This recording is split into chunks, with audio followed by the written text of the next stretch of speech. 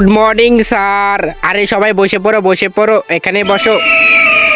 আরে রহিম তুমি শুয়ে রয়েছো কেন? আরে স্যার জানি না, সারাদিন শুয়েই থাকে। হ্যাঁ স্যার, ও সারাদিন শুয়ে থাকে। হ্যাঁ।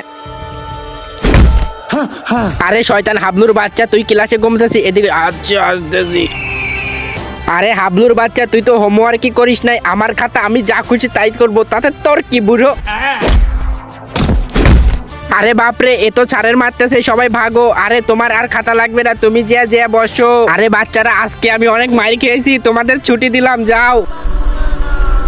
তোমার বেটা আজকে আমাকে অনেক ধুলাই করছে, তোমার বেটা স্কুল থেকে বের করে দেব। কি তোমার মেরেছে? আমি ওকে ছাড়বো না, আমি কিছু জানি না, তুমি যা খুশি করো।